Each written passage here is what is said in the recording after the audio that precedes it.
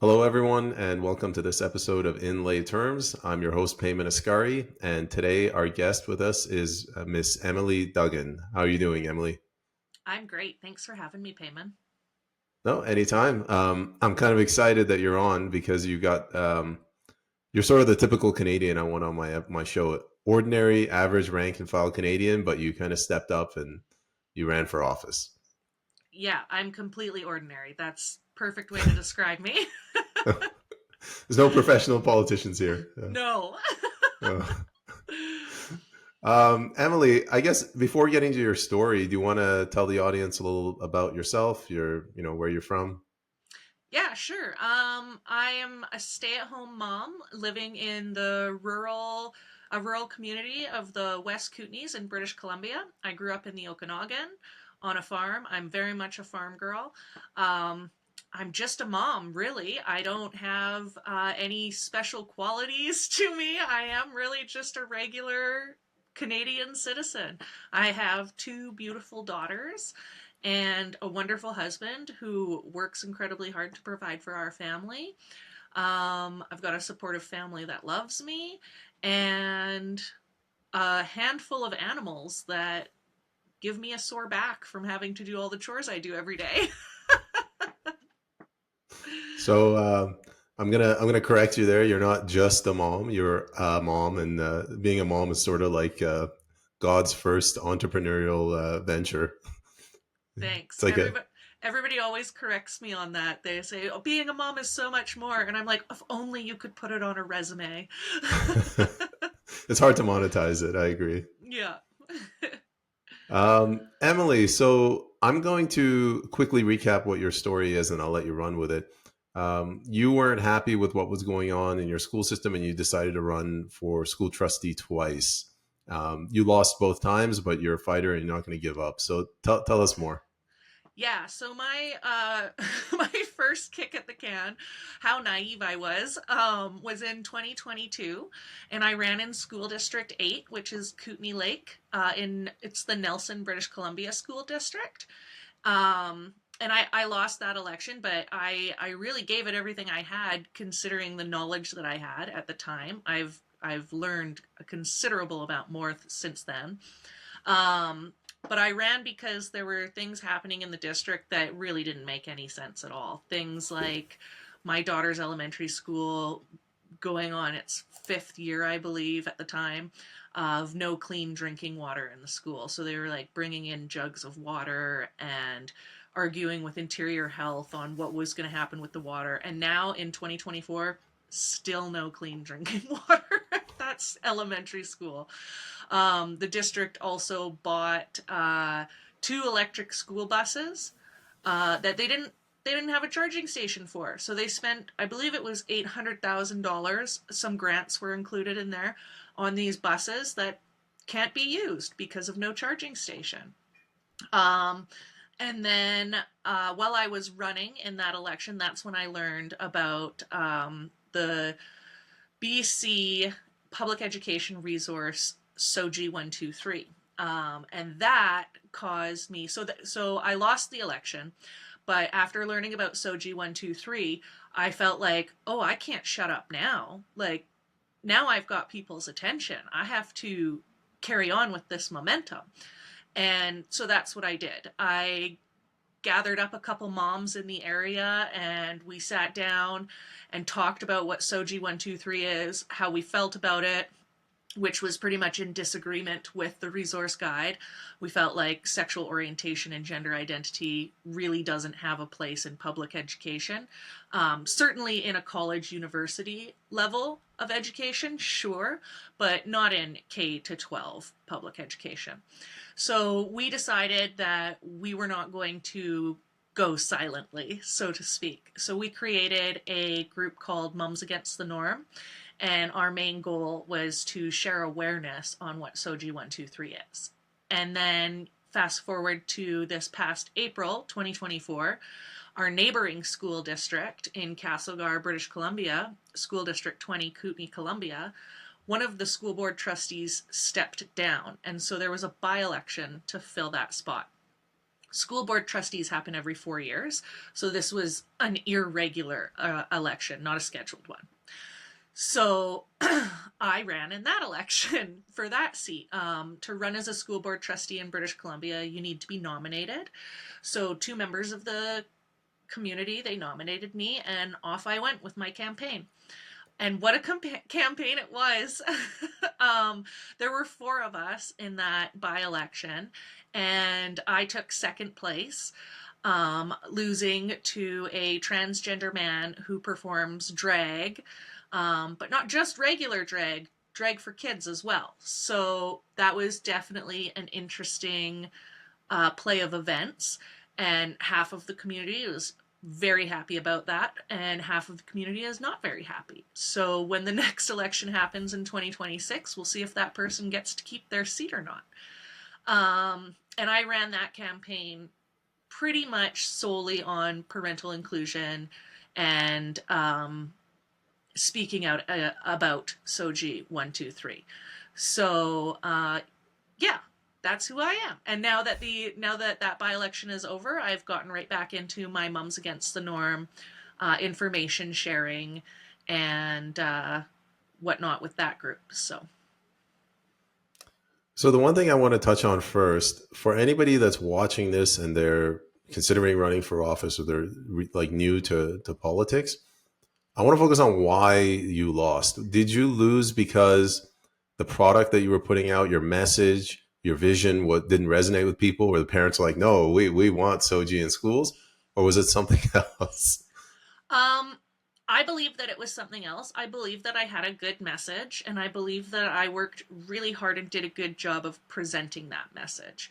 I certainly I can't say definitively, but I believe what happened with that election is the common person is just not well informed on school board trustee elections. What I mean by that is, like, your everyday average person doesn't know anything about a school board trustee, or an election process. Like, if you live in the electoral area, you're 18 years or older, you're a registered voter, you're eligible to vote for a school board trustee. Those are the qualifying factors. You don't need to be a parent. You don't need to have a child in school in the district. You you don't so a lot of the feedback that I got the day after the election results were given was, "Oh, if I had had a kid in school, I would have voted for you." And I was like, you could have voted anyways. What do you mean?" And I had said that so many times. So I was really frustrated. And I was like, how can I help explain and educate to the common person what a school board trustee is to begin with, and about a school board trustee election, so that come the next election, we get more voter participation. I think we got something like 23% of voter turnout. And that's like pretty crappy. So I think that what happened was there just was not very much participation from the community. I feel like I did my job, and the community, they didn't show up to vote. You and I, we talked about this offline.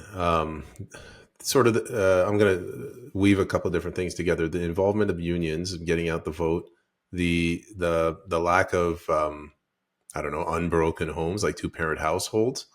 Is this a matter of like apathy? Like, is the society just falling apart? I think yes is the short answer. But I think a big part of it is people are just, they have a bad taste in their mouth when it comes to politics of any kind. And they just don't want to have anything to do with it. I think that people are too busy in their daily life to keep up with politics. On, like, there's different levels of politics, right? Like, this, a school board trustee is the lowest level of politics that you can possibly participate in. And people are so busy. So yes, the single parent homes, those single parents, our economy is in such bad shape that to afford a mortgage or rent, plus groceries, plus car insurance, plus fuel for your car, maintenance for your car, any sort of extracurricular. You have kids, you have to feed those kids, you have to clothe those kids. Maybe those kids play sports you have to pay for. That all adds up substantially. And as a single parent home, that's a big weight to carry. And at the end of the day, after a single parent has done everything that a single parent has to do to sit down and try to keep up to date on any level of politics is just, it's such a turnoff. It's so exhausting. I think on every level of our politics in Canada right now, as citizens, we've really been let down. And so, like I said, it's just a turnoff. Like, people are just so sick of it. They really don't want to have anything to do with it. And it's just easier to ignore and not participate. So I'm assuming you went on like a door knocking campaign. Did you get like a very cold response when you went? I actually did not door knock. I the opponent who won did door knock, and I got a lot of feedback from people being like, "Oh, they knocked on my door," and I was so annoyed. It was a Sunday. The first day that they door knocked was Easter Monday, and so I got a lot of feedback from that day of people being like, they came to my house on Easter Monday, like, and they wanted to talk to me about politics on Easter Monday. And so I was like, "Oh, I don't want to do that. I don't want to turn people off." But it turns out maybe door knocking would have been a good idea. So the feedback that I got about the other candidate door knocking was not great feedback, which turned me off of doing that. I do plan on running again, and I think I'm going to do some brainstorming and see what I can do around door knocking in a way that's not invasive or upsetting to the person that's having their door knocked, if that makes sense. Because obviously it did play a positive role in that person's campaign. Let's shift gears to something else you also said to me was, well, it's not, it's related to that, getting out the vote. And how did they, I think you mentioned the unions helped them, but like, how were they more successful in getting the vote out? I don't know. They were relentless. I think so. The person that won is a transgender man. And so they had the pride societies on their team. They had some pretty high up community members on their team. And so I'm not convinced that the candidate actually did a lot of work themselves. I think that those other organizations and groups did a lot of the work for them. A lot of convincing neighbors, friends, and family, oh, just go vote for this person. Trust me, they're the right person. I'm not entirely convinced that the people that showed up and voted for this person were well informed. I think a lot of them were just doing what they were instructed by people that they trusted. And those people that they trust just happen to be supporters of the Pride movement or are far left political followers. Um, I'm, yeah, I honestly, I don't have the definitive answer for that. This is just my opinion on what I think, but yeah, that's definitely what I think. They had, like, for example, they had one of our MLAs, our local MLAs, they had members from her office door knocking for them. So I think that played a pretty good role for them. I didn't have that kind of um, backup. That was going to be my next question. Like, are these things strictly legal? Like having employees from an MLA office support. Well, the MLA office and getting like, is there a limit to how much campaign contributions you can get from like a pride movement? There is a limit for how much monetary contributions you can get per individual. So it's over $1,000. I think it's under 1,500. I put my cap at $1,000 a person because I just could not imagine taking more money than that from one person. So there is, for a school board trustee, there is a limit for how much an individual can donate, and then there is a limit for how much the candidate can spend, and that's just over $5,000. But there is no limit for how much total donations you can receive, which didn't really add up or make sense to me. I was like, so I could essentially be given, say, $10,000 in donations, but I'm only allowed to spend just over 5,000. What do I do with the remaining dollars? But I didn't get that much in donations. I didn't go over that. So yeah, it's totally legal. It's totally legal. I'm going to ask you a question, and I don't know if you can answer it, but what about non-monetary donations, like an MLA endorsing your campaign? That's got to be worth what, $100,000? Yeah, I don't have the answer for that question. I mean, the MLA herself never actually endorsed this person. Just members of her office contributed to the campaign by helping with door knocking. Um, Another question I had. This is sort of like a devil's advocate question. This whole like, what's wrong with Soji? So your adversary might ask you. They probably label you as a right wing conspiracy nut or whatever. But like, what is your response to that? What's the problem with Soji? The problem with Soji is I think that it was poorly thought out. It started in 2016 as an anti-bullying campaign, and now in 2024 it's really morphed into something so much more than that.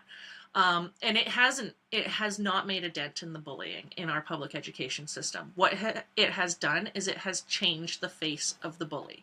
So now the bullies, they're not the jocks anymore. Now the bullies are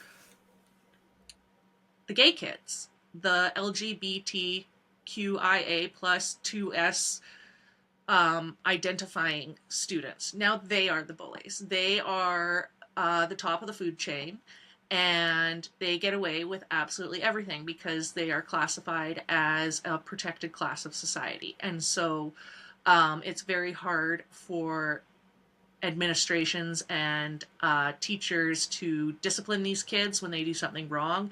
Everybody is scared to do anything out of fear of being labeled transphobic, a bigot, homophobic.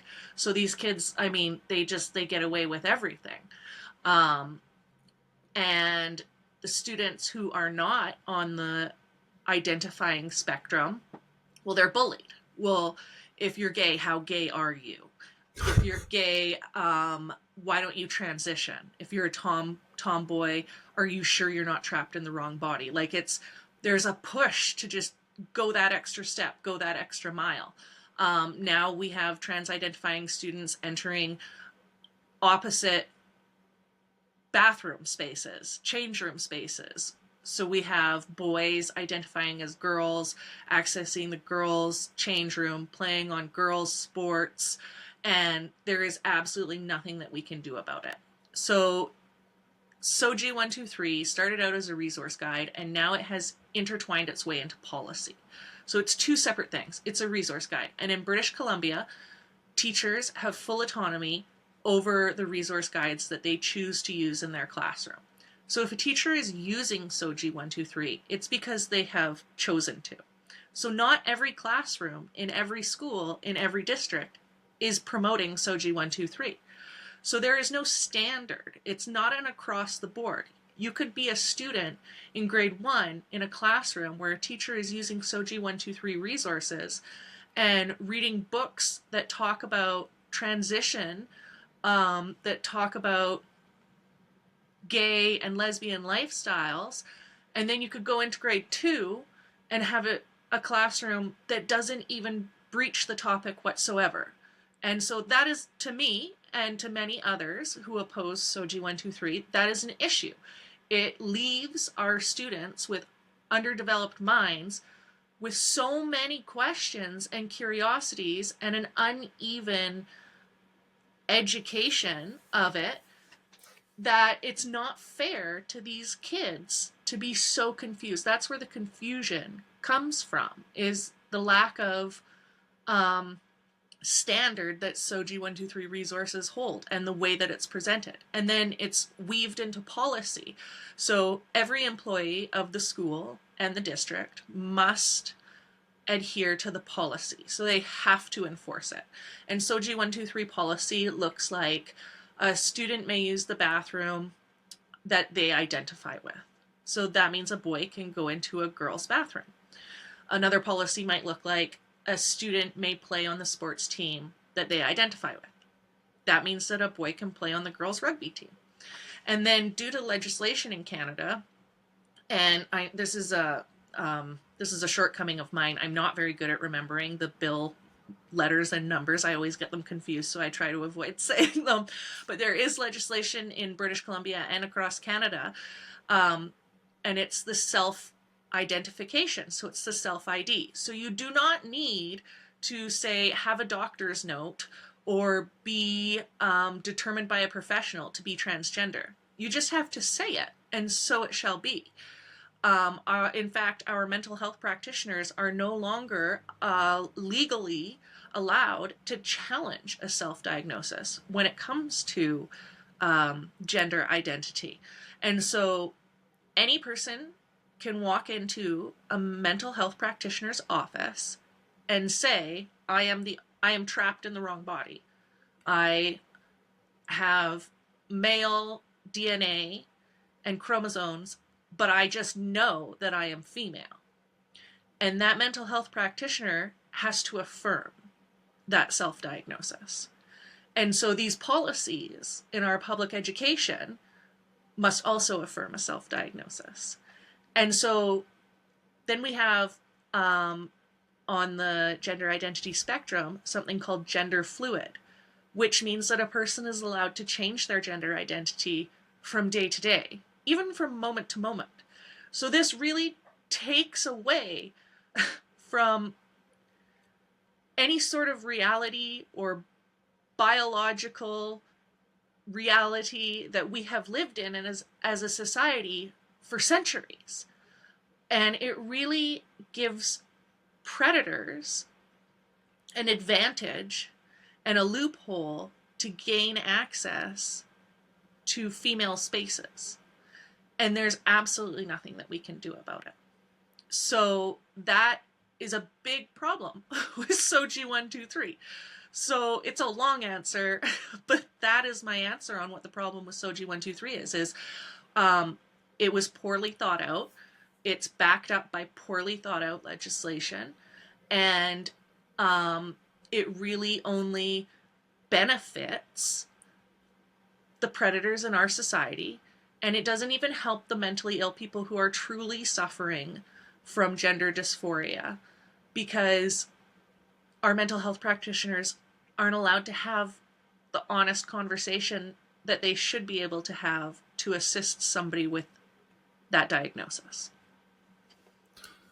I'm trying to get a sense of like intent, how we got here. I'm going to contrast the California Department of Corrections. I was watching a podcast. One of the guys that left that department, he said they're now teaching corrections officers that have to deal with like cartel members, how to treat them if they self-identify as a different sex or a different gender.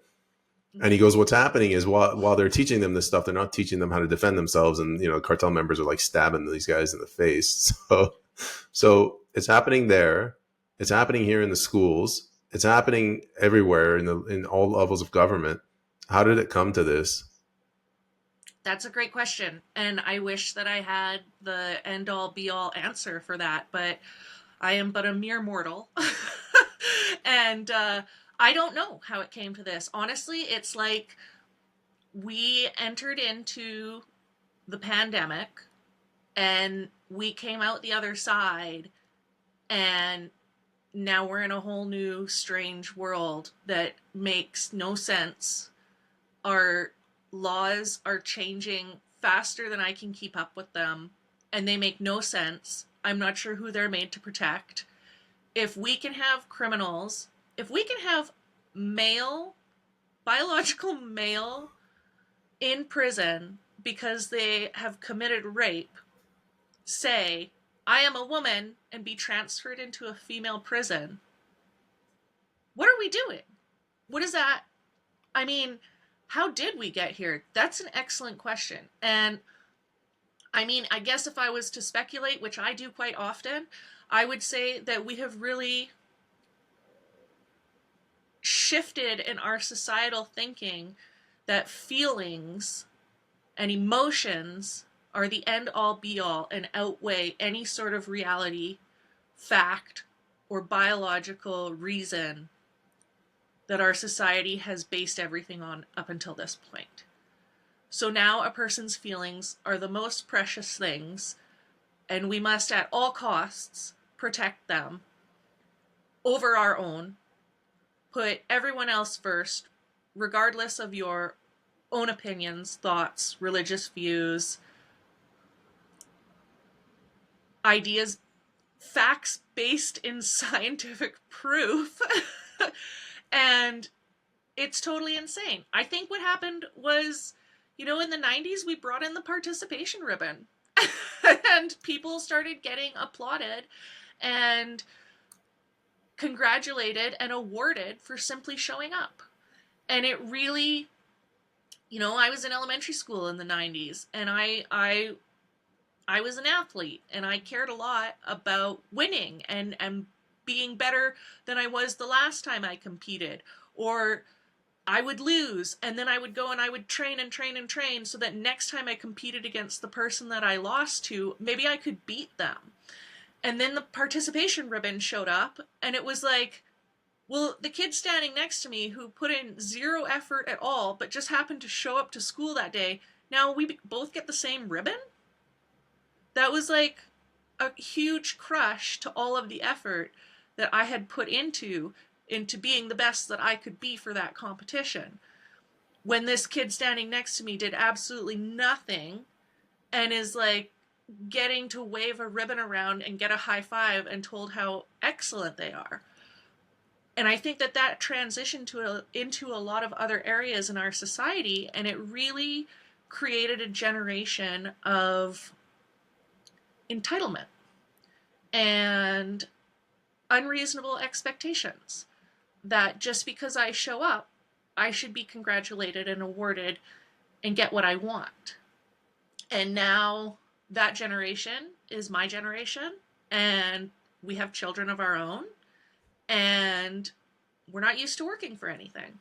We just want to get it. Just hand it out to me. What do you mean? I'm here. I showed up. Don't treat my kid like that. They showed up. What are you talking about? They should get first place too. What about their feelings? I mean, on a Mamas for Mamas page on Facebook, a mother was complaining because her child's school was holding a talent show and was upset because the school was holding auditions for the talent show. And to me, that's great. We should hold auditions. A person at every stage in life should know what it takes to strive for excellence, to put in effort, work, sacrifice, to hone a craft, to be good at something. Not making the cut is not the end of it. That just means go home, practice harder, and come back next time better. We have an entire generation of people that don't know how to lose with grace, that don't know how to accept being told, sorry, that's not good enough for this, we're looking for somebody else that is this standard. That's a problem. As a society, we have lowered our standard to the lowest, and there's nobody striving anymore because of it. Why? Is there some invisible, mysterious, elite group of people at work behind the curtains making this happen so that we are all dysfunctional, reliant beings? I don't know. But I do see a bunch of dysfunctional, reliant beings running around that are incapable of doing everyday normal things for themselves because their entire life they've been awarded for simply showing up. Are you seeing any attempt at recapturing responsibility through homeschooling, or does this go back to how people are just beat down? They got 3 jobs and they can't do it. Yeah, so there's lots of talk around homeschooling, pulling kids out of the system. And there are a ton of families that are doing that. Like, homeschooling is definitely on the rise in 2024. And even single parent homes are making the sacrifice to homeschool their kids. There are things like homeschool pods that are forming in different communities where families are getting together. They realize the sacrifice and the amount of work and the time commitment it takes to homeschool, and that, public education, for like a big part of that, is free daycare for your kids so that your parent can go to work all day and you're cared for and you're learning, and I come home and I pick you up and it's a pretty good gig, or it was. And now we have homeschooling pods where families are working together and rotating days so that people can still maintain a job and a career, but also have their child in an educational setting that they trust and support. Um, I have mixed feelings about that. I support homeschooling. I think it's great. But I also support public education. I think it's great too. There's so many opportunities that public education provide that homeschooling doesn't, and vice versa. There's so many opportunities that homeschooling provides that public education doesn't. And I think that having both of those options is important because competition to me is important. But yeah, definitely people are taking matters into their own hands. They're very unhappy with the system and they're pulling their kids, I would say, left, right, and center. I'm going to ask you a question. We didn't go over this before the show, so if you can't answer it, that's okay. But there's something called a charter school. It's basically a private school, but it's subsidized by the government, so you don't have to be super rich. And I think they sometimes even have a lottery system, so you don't have to be super elitist smart to get in. What are your views on public schools, charter schools, which are in the middle, and private schools, which are on the other end? I think all of them are important, again, because competition is vital. If we don't have other avenues to put our students in and we just have one source of education, then that's a monopoly, and they can really do whatever they want. So, charter schools, any school that gets funding from the government is kind of beholden to that government. So, I always caution people, like, well, just make sure where they get their funding from. If people are pulling their kids from public education because they're not happy with it, that's my advice to them. But I think that all three of those avenues, and I would add homeschooling to it for a fourth avenue, I think that it's important for our society to have those different options. All right. One other thing I want to go over. I think I have her name here, but I can. Rosh Rachna Singh, yes, the Roshna BC Singh. Minister of Education. It was funny. We were talking, and I asked you. You were talking about activists, crazy activists. I'm like, can you name one? You named her. So can you tell us about why you don't particularly like her? Yeah, so Rachna Singh is the BC Minister of Education, and she's a big supporter of SOGI 123. Um, During the Million March for Children on September 20th of 2023, Rachna Singh put out a few press releases, just really digging her heels in and buckling down, saying that our communities, our public education needs SOGI 123, that it keeps kids safe, that it's a vital piece of our education, and that's, she supports it wholeheartedly. And there was actually a campaign to recall Rachna Singh. I believe it was started in November of 2023, and unfortunately it was unsuccessful. But the group of people that got together to make that recall happen are an amazing group of people, and they work their butts off. Again, it's just getting the people to communicate or to participate, and the community to get involved and get engaged. And again, it falls back on people aren't paying attention to politics. They're not up to speed with what's going on, and it's hard to participate in something when you don't know what's going on. So I just keep coming back to this. How do we inform people? How do we get them engaged? I think for the most part, when you ask people, do you think that drag queens should be able to read stories to kindergarten classes, or drag story time should be able to be shown to kindergarten classes? The general consensus is like, what? No. And so when you can get that word out, there you have it. The general consensus says no. But it's hard to get people's attention. So sorry, I got off track there. Your question was Rachna Singh. Yeah, I definitely classify her as an activist in a position of government. because she pushes Soji 123. She doesn't have much time or space for people or groups with the opinion that I have that Soji 123 is not helpful, it's harmful. Um, and so, yeah, just based on that, that's why I classify her that way. What do you think happened with the Million March for Kids? I've watched that develop. I wasn't involved with it, and they had a good like PR campaign leading up to it, and I think like the whole message was, bringing people of all faiths together to protect children. I got the sense, and I blame the unions. I blame CUPE and those guys. Like they got involved, and the government and the union, they just went against the will of the people. What was your sense? Yeah, I was actually a guest speaker outside of Rashna Singh's office on that day in Surrey, British Columbia. And the unions definitely got involved across the country. Um, and they pushed back. They called us bigots, transphobic. They labeled us as hateful, harmful, hurtful. Um, they did what unions do best, and they organized. They organized against the parents of Canada. Yeah, I'm like I'm starting to get a little bit worried that we're disorganized on our side, whatever you want to call our side. Um, like these unions. Let's take you and I have a mutual friend. She's a nurse Corinne Maury, Yep. and I follow her a lot. She was on my podcast, and she was telling me how BC NDP government in 2022 gave I think $100 million to the BC Nurses Union.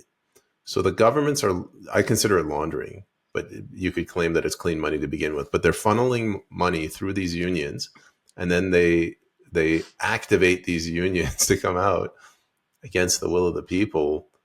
So how do we get around that? Like, what's your plan for the next election? Are you going to lean into potluck parties?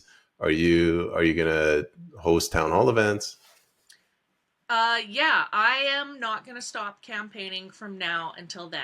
I believe that a big problem with our politicians on every single level is that they show up for the campaign and they make all of these promises and they either win and they don't pull through on their promises, or they lose and they disappear.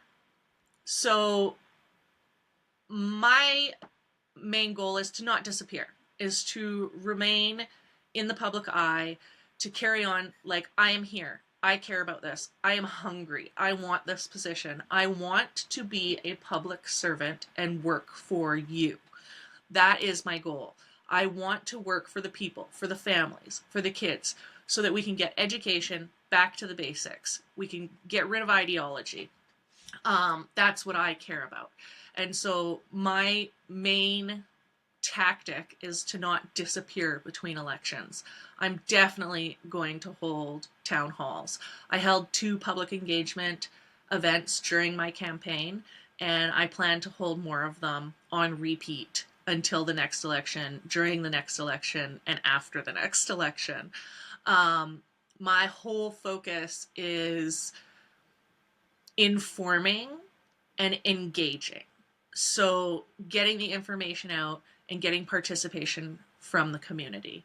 That's my number one goal. And I think the best way to do that is to remain engaged myself. Uh, how rural? You said you live in a rural area. How rural are we talking about? What's your population there in your writing? Oh gosh, I don't know. I don't know. I don't know that answer. But I can tell you that where I live in a very rural community. We don't have any fast food where I live. We have one gas station, and I think it closes at 9 o'clock, maybe. So after that, you have to drive half an hour into Nelson or into Castlegar if you want something. So lots of planning ahead when you go into town. Um, yeah, so I'm exactly in between Nelson and Castlegar. We're very rural, very, very rural. We have Castlegar has an airport that they call Cancelgar because it's so foggy all of the time that most flights are canceled. So quite often you have to drive to Trail to use the teeny tiny airport to get out to Vancouver or Kelowna or other other places. But that's how I like it. I like it here. I like small hometown. You know your neighbors. You know you can rely on the people in your community. Where I live in Crestova, it's good salt of the earth people. It's very good, hardworking people who get their hands dirty, who show up when you need a hand. You say like, "Oh, my barn burned down. I need a new barn." Boom. The next day, you've got half the community showed up, and not only are they ready to work, but they know how to work. It's a really great place to live and raise your kids. The reason I ask is that I didn't want to offend you by assuming it was like a 12-person farming town, but like if it's sufficiently small, wouldn't like could you get the mothers that know each other and talk to each other as human beings? Get them to like, what do you mean? I mean, like you could never do this in downtown Vancouver. I used to live there. It is a war zone there. There's so many people there. Sorry. There's like it's okay. There's like there's like a million people. You can't go there and appeal to people's humanity. It's not, Right. it doesn't have that same small town feel. But where you are, do you still have that? Yes. Yes. And now in the West Kootenays, there's a pretty good mix of progressive activists and good down to earth folks. And so that's why there's a lot of this, because a lot of the good down to earth folks are not on board with gender ideology, with the transgender trend that we're seeing in our society, but then the progressive families really are. And for the most part, a lot of the progressive homes, they don't have kids. They they don't have kids. They don't really have any skin in the game. They're virtue signaling. They really haven't done any research into it. They just don't want to be called a bigot, sort of thing. Or they really, really support it. They have a friend who has transitioned and is living that lifestyle, and they want to support that friend and back them up, regardless of any facts or reality behind that. So it's a challenge. You kind of have to, like, I am pretty big and loud about my stance on it. Like, I have stickers on my car. I have clothing that, like the hoodie I'm wearing right now, on the back it says I don't co-parent with the government. And so it's, when I go out, it's pretty obvious where I stand. But other people, when you first meet them or when you engage with them, it's like walking on broken glass. Where's your stance? What's your idea on this? Oh man, am I going to say the wrong thing and get called a bigot in the middle of the grocery store? Sort of thing. So approaching it is kind of definitely very sensitive. But again, for the most part, people don't know. They don't have any idea about what's going on. If you say to a person, yeah, did you know that they're telling kindergarten students just because the doctor assigned your gender at birth doesn't mean they got it right? People call you a liar. What do you mean? They're not doing, that's asinine. That's crazy. Why would any adult with a brain say that to a child? I know, but they totally are, and they're being supported by our government to do so. And it's like mind blowing to these people. So yeah, it's a completely perfect mixed bag. How do you guys get progressives up there? Like, I have a friend who's in the Yukon, and he said there's a very active left. I'm like, the Yukon? Like, aren't you guys busy struggling to not get murdered by moose and bears? But like, where are these? Is there a hub? Is there a nest where these progressives come out of in the middle of nowhere? I mean, I think that yes, essentially, it feels that way. Um, I mean, I think that the pride societies aren't what they used to be. They're no longer just fighting for acceptance, they're fighting for celebration now. And they're just so well organized, and they really attract the radical personalities. Oh gosh, sorry. And they really attract the radical personalities that get in there. And I mean, this is their life. This is their day job, their night job, their weekend job. This is, they love it. Do you remember where we left off before the crash? Um, oh my God. We were talking about, oh my God, it shocked me so badly. Everything fell out of my brain. Um, Activism. I asked you if there was a nest or a hub. Yeah, they're just so well organized. The left is so well organized. That's, I think, what I was talking about. Yeah. Yeah. They're so well organized. They've been in politics for much longer, and they're like one step ahead of the rest of us, I think is what I was saying. Yeah, everyone's noticing that. We're waking up from our slumber. You know, everything was we thought we'd had everything on auto drive. Yeah. Yeah. Emily, I have one last question. I forgot to ask you this at the beginning. I did an interview with this gentleman, 18 years old. He's out in Quebec, and he said that like before COVID and after COVID, it was like night and day. So I haven't been in school in 20 years. I just assumed it was a slow, steady progression. It was just getting worse and worse. But he said it was like it got like 10 times worse. Yeah, I would agree with that statement wholeheartedly. It was like somebody turned the lights off and then turned them back on, and we were in a completely different world. In so many different aspects than just education, but like schools, absolutely and definitely. The focus is just really shifted from education to inclusion, from sports athletics to um, ideology. Like it's just completely. I know that every generation says, well, that's not how we did it in my day. But I mean, that statement means so much more now in the after COVID world, because they got away with doing so much during that pandemic that it really showed them how much power they truly have. And I think that they've really taken advantage of that.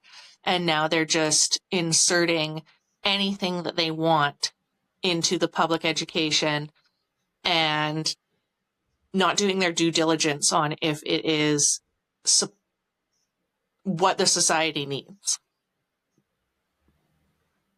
Yeah, that's kind of what he said. I think it blew me away. This kid was 18, but he was more mature than me, and he said like something happened in the government. He goes after COVID, the school boards just went insane. Yeah, that is a smart 18-year-old kid. Something absolutely happened in the government during COVID. It was like giving a lion that has lived in the zoo raw meat for the first time. And now that's all that lion wants, if that makes sense. Like it was just like, oh, this is what real power feels like. I'm not giving this back anytime soon. I like this. And that's really what we're seeing. I mean, things are happening in our public education system that make no sense at all. We have veteran teachers who have been teaching for decades that will tell you, I don't know what's going on anymore.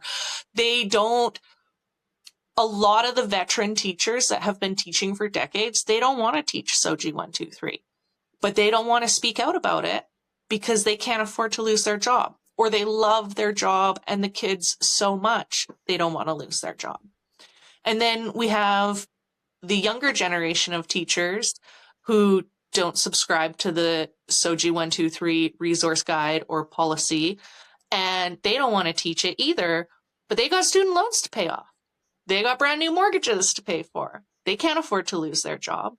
And that's like, the government is doing an extremely epic job of hitting us from every single angle. The economy is crap. The legislation and law is changing at rapid pace. And people are doing everything they can to maintain financially so they're not losing their home. I mean, in Nelson, BC right now, outside City Hall for the past few months, it's tent city. And it's not your typical homeless people. It's people that can't pay for their homes that are living there. They've been evicted from rentals or from their mortgages because they are not making ends meet, because ends meet in 2024 is unattainable. And In my opinion, that's exactly where they should be. Put them all on City Hall's front lawn so that every single day our public servants have to walk past good people who have done nothing wrong to lose their homes and look them in the eyes as you waltz into your ivory tower and make more legislation that doesn't make sense and hurts the very people that pay for your paychecks.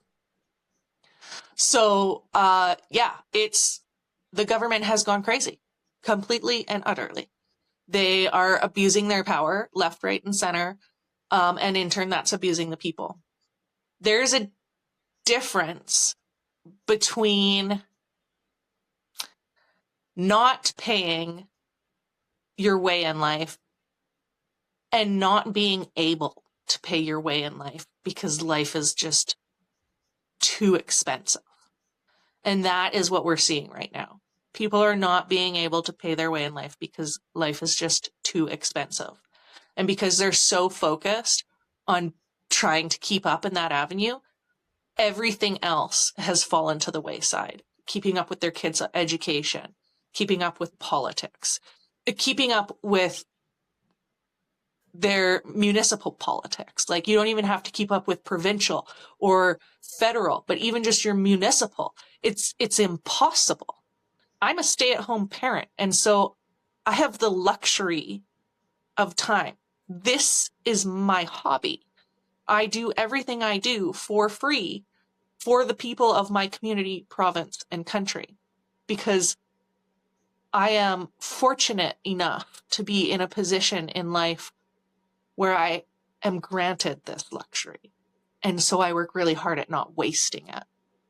And I am in a category of a few. And so I feel that I have an obligation and a responsibility to use that luxury wisely, which is why I am doing what I am doing. Because the people who are breaking their backs to turn the light switches on in their teeny tiny apartment and put food on the table for their kids, they deserve to have somebody who has their back. So that's a very good note to end on. Emily, what's your outlook for Canada in the next, let's say, 20 years? What do Canadians have to do to reverse course and fix our education system? We need to say enough is enough. We need to get out and vote. We need to do our level best to pick one area of politics and pay attention to that. It is important. We, as a society, have been so commercialized. We need to let that go and get back to what is really important in our lives. My outlook for Canada in the next 20 years is uncertain. I am worried. If this next election in October doesn't bring a new government into power, I am really afraid for what the Liberals will do to this country. They have already caused so much damage to the common person. I'm not sure how much more we the people can take. If we don't get a new government, I foresee only bad things. If we get a new government and they stick to the promises that they have made to get voted into that spot, I think we can come around from this. Traditionally, Canadians are good people. We're great people. We're heroes. I mean, how many different wars did we swoop in and do great things? We have a great history. We have a dirty history like every other country, but we also have a good history. We are good people.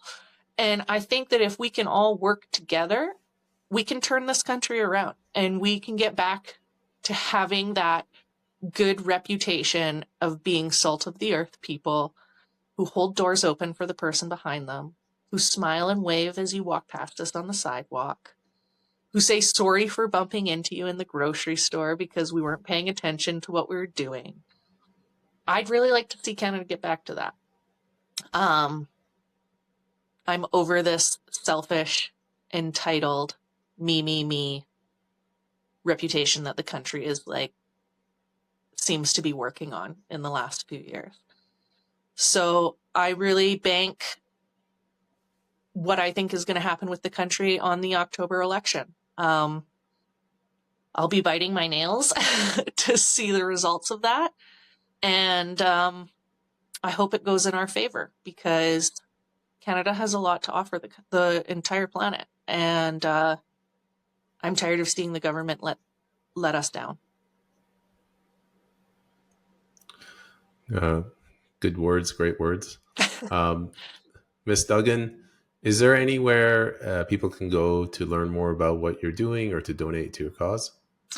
Yeah. So they can find, I have a Rumble channel on rumble.com. If you put in the search bar Mums Against the Norm, you can check out our videos. And you can email us at mumsagainstthenorm@gmail.com. And for the most part, we try not to collect donations. We did just have a Give, Send, Go campaign going to pay off some Freedom of Information requests that we filed. But for the most part, we work on our own time, on our own dime, and we really do this as a service to our province, to our communities, and to our country, because it's what we believe in. So if ever you do see circulating around online another Give, Send, Go campaign, then that's because we need the financial help. But right now we're okay financially. We're in the business of sharing information, and as of yet, it's not that expensive. It can be, but as of yet, we're managing okay. So check us out on rumble.com. Mums Against the Norm is our channel there. Like and share our videos. And if you happen to Google mumsagainstthenorm.com or .ca, you will find that it comes up with a bunch of transgender promotional slides and information. And just to clarify for everybody, that was because the Pride Association, or members of the Pride Association in the West Kootenay area, they used our name, Mums Against the Norm, and bought the domains and filled it full of Pride propaganda, transgender propaganda. So that's not actually us, but it was a good play by them, I'll admit that. So. Well, Miss Duggan, thank you very much for coming on, and I wish you the best of luck on your future campaigns. Thank you so much for having me, Payman. I really enjoyed this conversation. Me as well. Have a nice day.